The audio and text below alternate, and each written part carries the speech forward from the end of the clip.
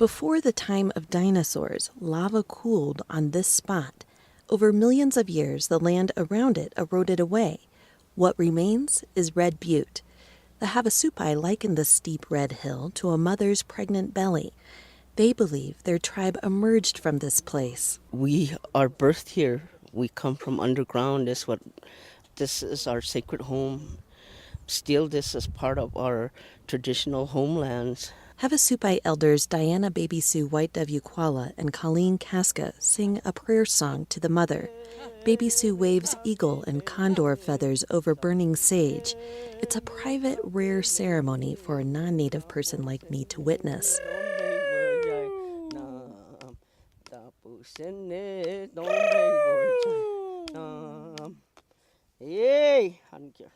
The women are dressed for ceremony. Baby Sue wears a cobalt blue dress, the color of the desert sky. It's trimmed with orange, green, and turquoise ribbons.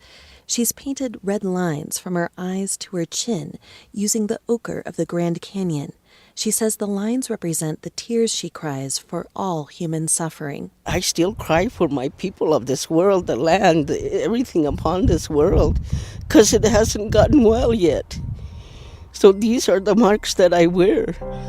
When I see peace, love, respect, dignity come back into this world, then I will erase these marks. In 1300 AD, Baby Sue's ancestors made their home in and around the Grand Canyon. They spent their winters on the plateau, hunting and gathering. In the warmer months, they moved down below the rim and grew corn, beans, and squash on the canyon floor.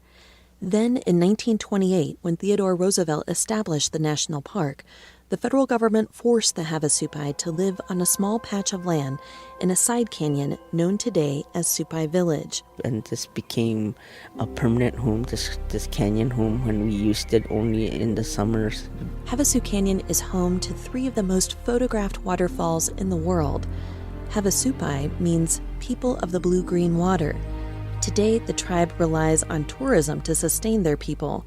Tourists like myself and a couple friends who visit Baby Sue at her summer home down in the canyon.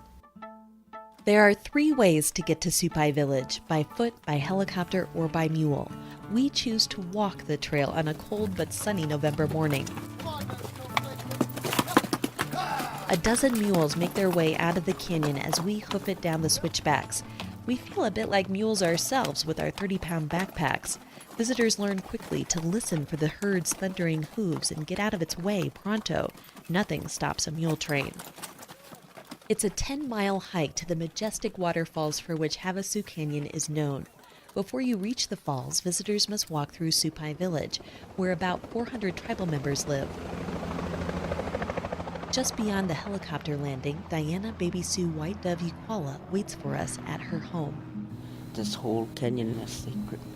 So I honor each and every one of you for walking and touching my ancestors. In 1975, Congress returned 185,000 acres of land to the tribe. But Havasupai elder Colleen Casca says Red Butte, up on the plateau, wasn't part of that deal. This place here has been taken away from my people.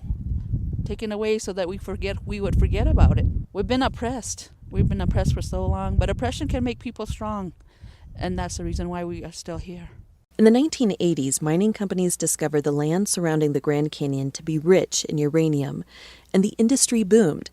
The federal government approved more than 3,000 mining claims outside Grand Canyon National Park. Then the price of uranium dropped, and mines sat idle for 2 decades.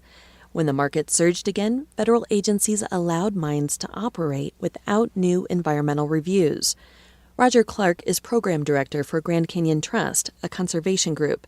He says uranium mining not only threatens the sacred site, but drinking water as well. Every single mining site in this area, the closer we look, the more contamination we find. And if groundwater, for example, is contaminated by these deep uranium mines, it's really impossible to reverse that contamination. In 2012, the Obama administration banned new mining claims on 1 million acres surrounding Grand Canyon National Park. It was a temporary ban so scientists could study uranium's impacts on the watershed. But 4 mines were grandfathered in before the 20-year moratorium, and one of those is 5 miles north of Red Butte, where miners sink shaft or dig a super deep hole as they get ready to blast uranium out of the ground.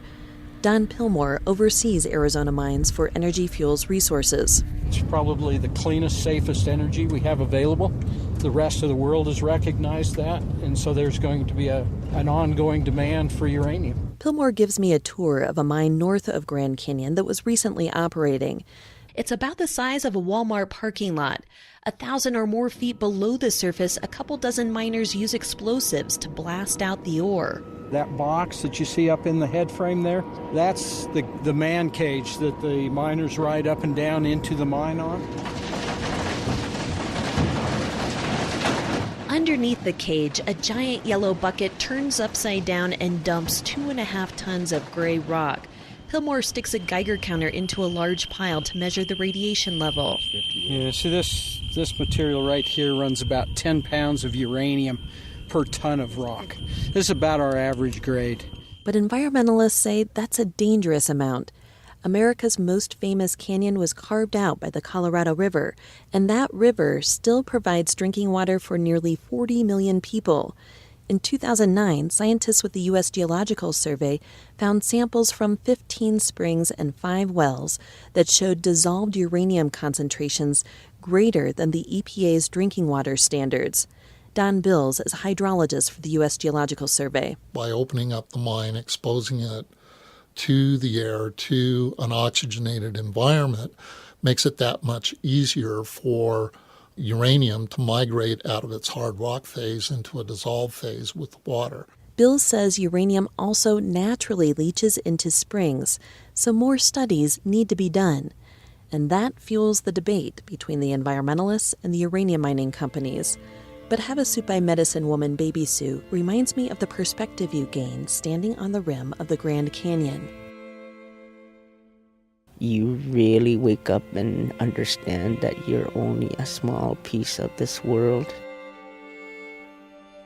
We cannot play God or spirit, as she says. I'm Laurel Morales in Flagstaff.